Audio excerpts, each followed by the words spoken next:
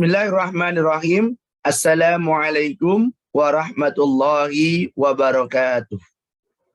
Alhamdulillah. Alhamdulillahirabbil alamin.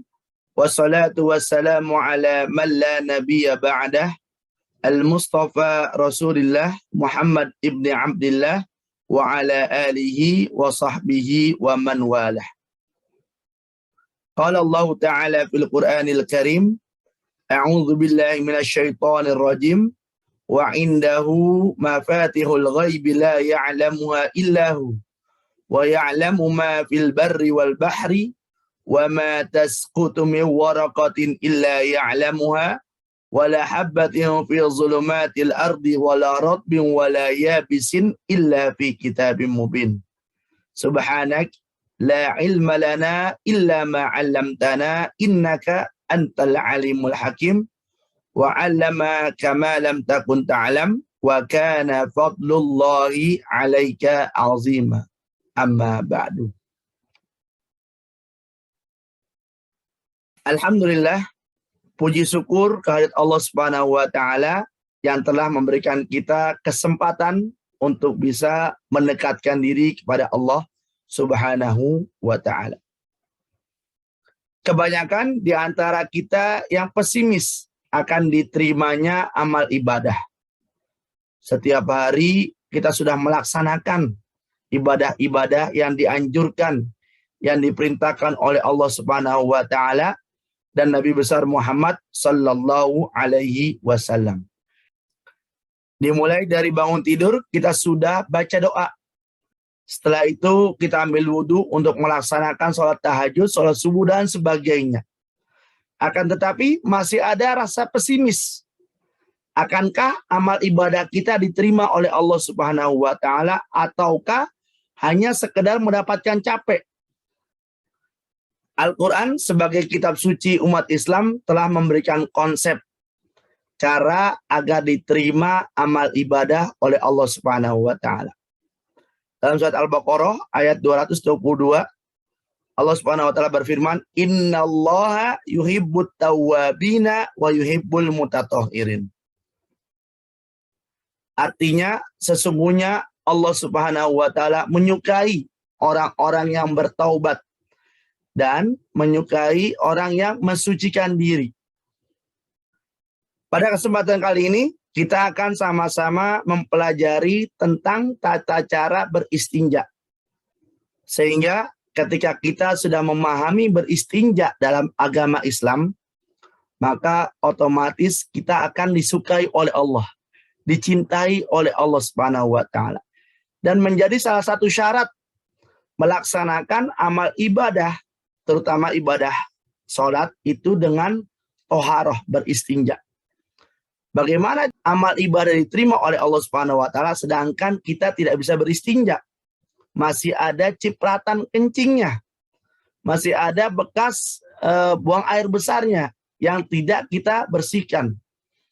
Sehingga dengan kesalahan yang kita kerjakan selama ini tentang beristinja, ketidakpahaman kita, kebodohan kita, maka otomatis seluruh amal ibadah tidak diterima. Kenapa? Karena yang pertama adalah sholat. Ketika sholat tidak diterima, maka otomatis seluruh amal ibadah pun tidak diterima. Bagaimana tata cara atau adab dari buang air, beristinja? Yang pertama adalah memilih tempat yang jauh dari keramaian dan menghindari sebisa mungkin dari yang dilihat dari orang. Jadi kalau seandainya kita sedang melaksanakan istinja, buang air besar atau buang air kecil gitu kan, sebisa mungkin menjauh dari keramaian. Jangan sampai kotoran yang kita buang itu tercium oleh orang banyak, menzolimi orang dengan keberadaan kita. Oleh karenanya ketika kita buang air besar atau buang air kecil, carilah tempat yang tidak ada kerumunan orang. Menghindar sebisa mungkin dari tempat yang tidak terlihat.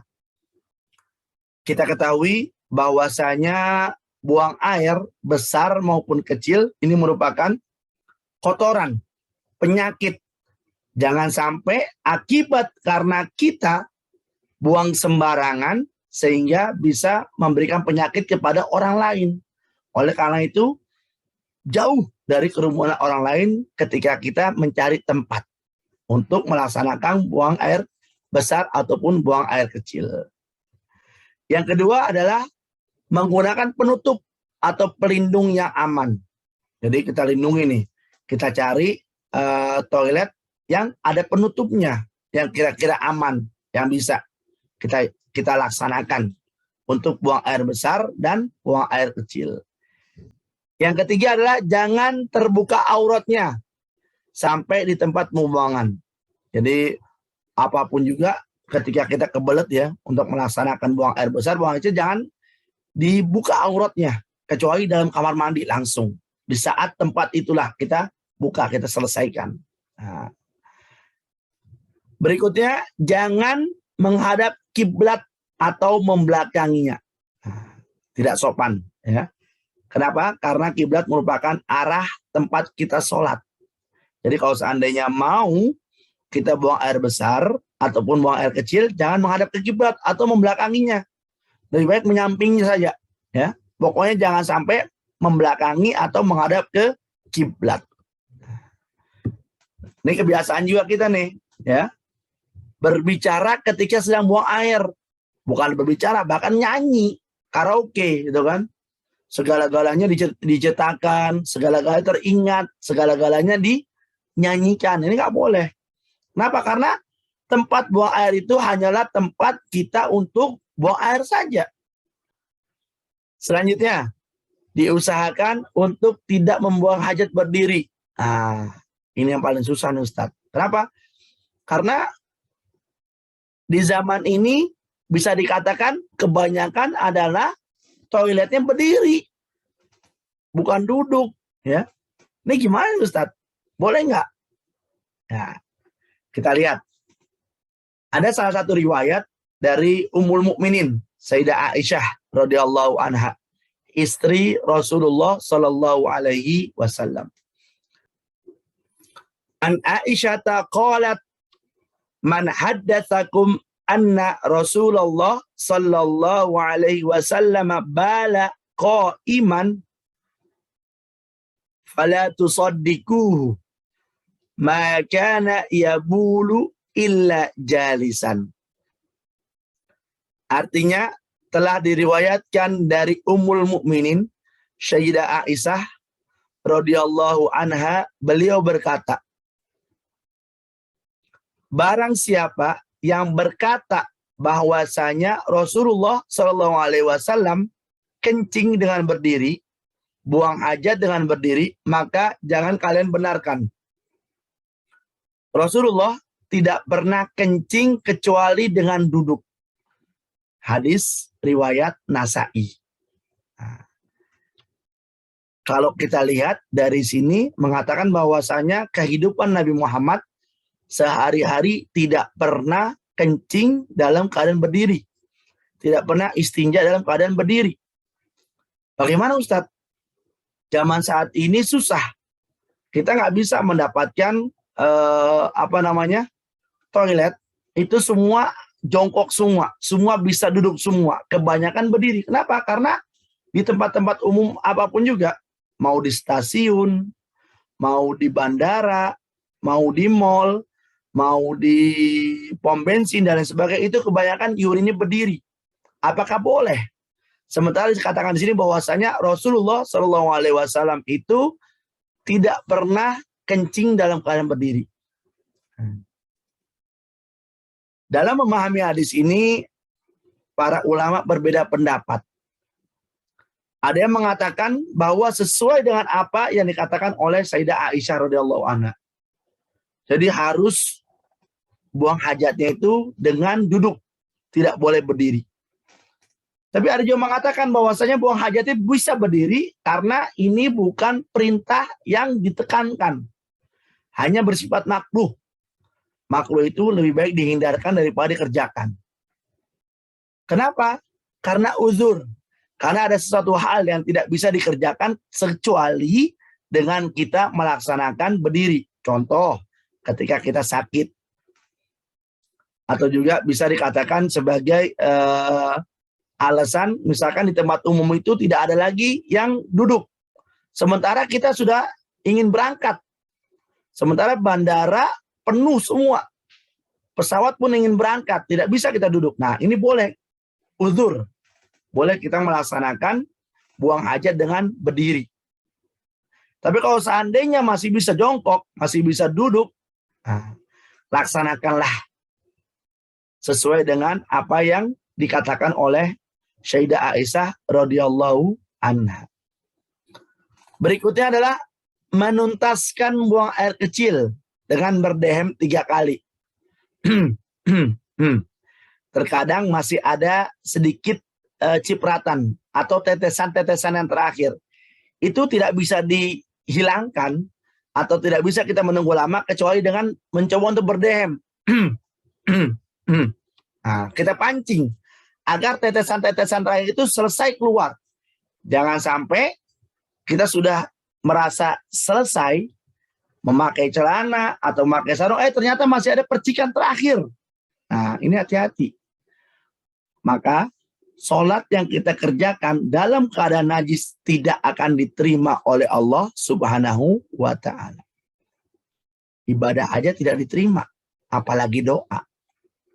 Kepada siapa kita mau meminta kalau seandainya kita masih dalam keadaan najis? Nah, bisa juga dengan memijat kemaluan 3 kali. Maksudnya apa? Untuk memastikan supaya kotoran-kotoran semua itu keluar dari tubuh. Supaya air kencing kita itu tidak ada lagi yang tersendat-sendat, keluar semua. Gitu ya. Yang ke-8, gunakan tangan kiri saat membersihkan kemaluan. Jadi kita ambil gayung pakai tangan kanan, lalu tangan kiri kita buat cebok. Ya. Bagaimana Ustadz kalau seandainya saya kidal? Saya tidak bisa cebok itu dengan tangan kanan. Karena memang dari kecil tidak bisa. Oh, itu memang uzur. Silahkan. Lanjut. Yang ke-9, tidak buang air di. Yang pertama itu adalah air menggenang. Air yang diam. Tidak mengalir. Hati-hati. Kalau airnya menggenang, air yang diam, itu biasanya air tersebut tidak suci dan mensucikan. Kalau boleh air yang mengalir, misalkan di sungai, nggak apa-apa. Ataupun misalkan ketika pada waktu hujan, ya itu mengalir, nggak apa-apa. Tapi kalau saya mengenang, jangan. Kenapa? Karena nanti dia akan membawa penyakit yang banyak. Setelah kita kencing, bisa jadi nanti di sana tempat serangga ataupun nyamuk, ya, sehingga kita mengganggu keberadaan orang lain dengan kita membuang hajat di sembarang tempat. Tidak boleh, ya. Dilarang. Alla yabula fi ma'ir raqib. Jangan kita membuang hajat, kencing atau apapun juga di air yang menggenang. Tidak boleh. Selanjutnya di bawah pohon yang berbuah. Ini juga nggak boleh. Kalau kita lihat ada pohon berbuah gitu, ada mangga, wah ini mangga ini. Kita kencing, jangan. Kenapa? Karena ini dilarang juga.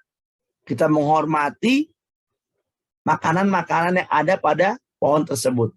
Jadi nggak boleh sembarangan, ya. Ada tata caranya. Nah. Selanjutnya kita juga nggak boleh di batu. Kenapa? Karena percikannya nanti akan kena kita sendiri. Ketika kita buang air besar, buang air kecil, kena cipratan lagi dari hasil apa yang telah kita buang. Karena kita membuang itu kena di batu tersebut, maka otomatis kita dalam keadaan najis. Pakaian kita pun harus diganti, harus dicuci, harus dihilangkan najisnya. Baru kita bisa melaksanakan amal ibadah. Terutama ketika kita melaksanakan sholat, harus suci. Harus benar-benar bersih daripada najis. Selanjutnya juga tidak boleh tanah yang basah. Tanah yang basah itu dia tidak bisa meresap. Sehingga nanti tanah-tanah itu akan air akan menggenang di situ. Nah, ketika air sudah menggenang berarti tidak dibolehkan. Ataupun tempat di mana angin bertiup kencang, ini juga nggak boleh. Kenapa? Karena akan kecipratan. Ketika sudah kecipratan, maka kita dilarang untuk melaksanakan sholat. Karena sudah najis. ya. Jadi harus yang tidak ada angin bertiup kencang. Jadi kita benar-benar mencari tempat yang aman, yang sesuai dengan diperintahkan oleh Nabi Muhammad Sallallahu Alaihi Wasallam. Tak lupa juga kita membaca doa ketika ingin masuk ke dalam tandas, ketika ingin masuk ke dalam WC, ketika ingin membuang hajat. Apa doanya? Doanya adalah Bismillah, a'udzubillahi minal khubuthi wal khaba'ith. Kalau artinya adalah dengan nama Allah, aku berlindung kepada Allah dari setan laki-laki maupun setan yang perempuan. Jadi kita berlindung. Kenapa? Karena WC atau tandas adalah tempat daripada syaitan. Suka mereka berada di tempat-tempat yang kotor. Makanya ketika kita ingin membuang hajat, masuk ke WC dengan kaki kiri dan berdoanya pun di luar dari WC tersebut. Bismillah, a'udzubillah minal khubuthi wal khaba'ith. Ketika telah selesai, kita pun juga sama berdoa dengan melangkahkan kaki kanan dulu. Baru kiri. Setelah itu kita berdoa, Alhamdulillahilladzi adhaba anni ma yu'zini wa abqa alayya ma yanfa'uni. Segala puji bagi Allah Subhanahu wa taala yang telah mengeluarkan, menghilangkan apa saja yang ma yu'zini, yang membuat diriku ini menjadi beban, penyakit-penyakit.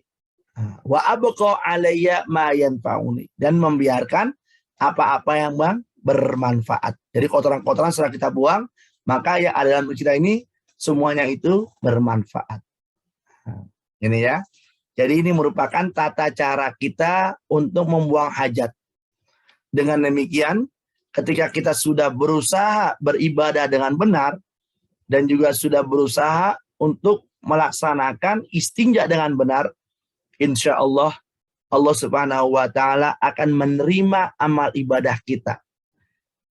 Dengan rahmat dan kasih sayangnya, Allah Subhanahu wa Ta'ala akan menerima doa-doa kita, sehingga kita bisa selamat, bermanfaat di dunia maupun di akhirat. Semoga Allah Subhanahu wa Ta'ala mengampuni dosa-dosa kita atas kekhilafan kita, kebodohan kita dalam memahami beristinja selama ini.